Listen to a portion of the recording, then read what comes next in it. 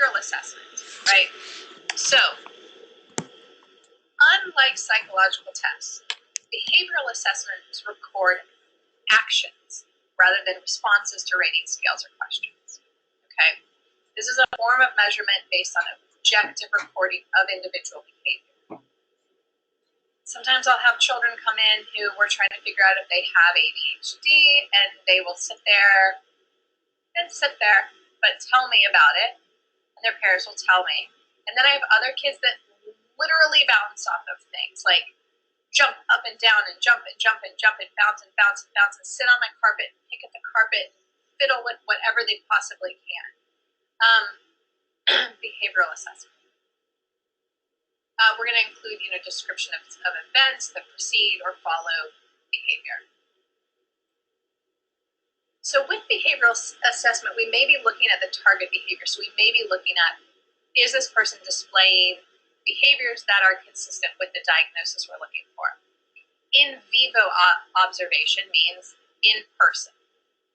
Analog observations mean they go home and somebody else kind of tells us about it. Behavioral self-reporting, they let us know about their behaviors, like sort of past stuff. Self-monitoring is, I'm going to give you this sheet and I want you to go home and I want you to tell me every time you have a headache. Okay, and what you ate before you had the headache. And behavioral interviewing, and again, that is just simply like I said. Is the person paranoid? Is the person afraid of you? Is the person jumping off the walls? Something that's important to note is multicultural assessment, right? It's really important to take the person's culture, ethnicity, racial background into account, right? Gender also goes into this. It is important to note these things because there are some behaviors in some cultures that are interpreted one way, and they're interpreted differently in another way, right? So when I worked in South Dakota, I worked with a lot of people in the Native American community, and you had some people who really spent most of their life on the reservation, and you had other people who did not, and their behaviors were different, right? In our typical mainstream culture, we make eye contact, and eye contact is respectful. In some Native American cultures, eye contact, if you're talking to an elder, making direct eye contact with them is rude. It's inappropriate. It's unacceptable. So while I'm working with somebody who looks down the entire time that I am talking to them, I need to take culture into account, right? I need to not interpret that as them being reclusive or anything like that. I need to take that cultural piece into account. That's just one example. I'm sure you can think of so many different things, okay? Psychological tests are continually reevaluating their instruments because, like the MMPI, was first standardized on only men in college, white men in college, let me be clear. White men who went to college. That's not really a representative sample. So they've had to sort of redo it, right? Okay. Last big topic here is neuropsychological assessments. I'm going to talk about this. You may want to go back to your book and review these things, or come back to the PowerPoint and review these things before the exam, okay? We're gathering information about the client's brain functioning on the basis of performance on psychological tests, okay?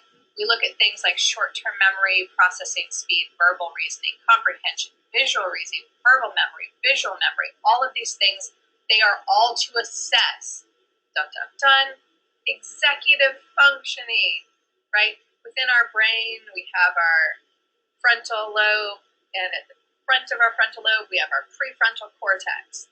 This piece helps us make decisions and think about the future and all of this, and we want to assess that executive functioning. Our ability to formulate goals, make plans, carry out those plans, and then complete plans in an effective way. Adaptive testing. Adaptive testing is Clients' responses to earlier questions determine subsequent questions presented to them. So, for example, if you take a test like for graduate school, you'll take it on a computer, and typically if you get this question right, it gives you a more difficult question next, and you get more points for it in some certain way. If you get this question wrong, you get a less difficult question next, and it scores it this different way. Adaptive testing, actually, you will see on our chapter assessments that you guys do. Okay. Adaptive testing is also used in neuropsychological assessments. So if you get this answer right, I'm going to ask you this question. If you get this answer wrong, I'm going to ask you this question. Okay? Okay. So, hair out of my way. When we look at neuropsychological assessments, there are a lot of them. I'm going to focus on 3 here. Trail making, clock drawing, and the Wisconsin card sorting. All assess executive functioning. Okay, I'm going to pull up some things here for you to look at. Let's look at clock drawing first. So the idea is we just simply say draw a clock.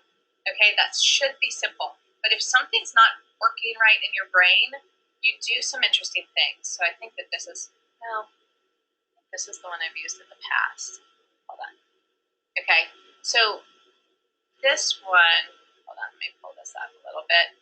This one, if you can see, someone with early Alzheimer's is going to make a clock that looks kind of like this, right? They start to struggle with spacing. They start to struggle with the hands. Moderate, we now have things all over the place. Severe, it's just nonsense, right? Some people struggle with, I'm going to pull this one up here. Come on. Okay. These are clocks drawn by poor readers, and sometimes we see this that happens is they start writing it and they get to here and they think, oh gosh, that's not right. Okay, start again and they get to here and they think, oh, that's not right, right? Like they have trouble spacing. They have trouble figuring out like where the numbers should go in accordance to the others. Some people struggle to draw circles. Okay, you don't have to be perfect. Let's be clear. But we do look at these things. So that's clock drawing.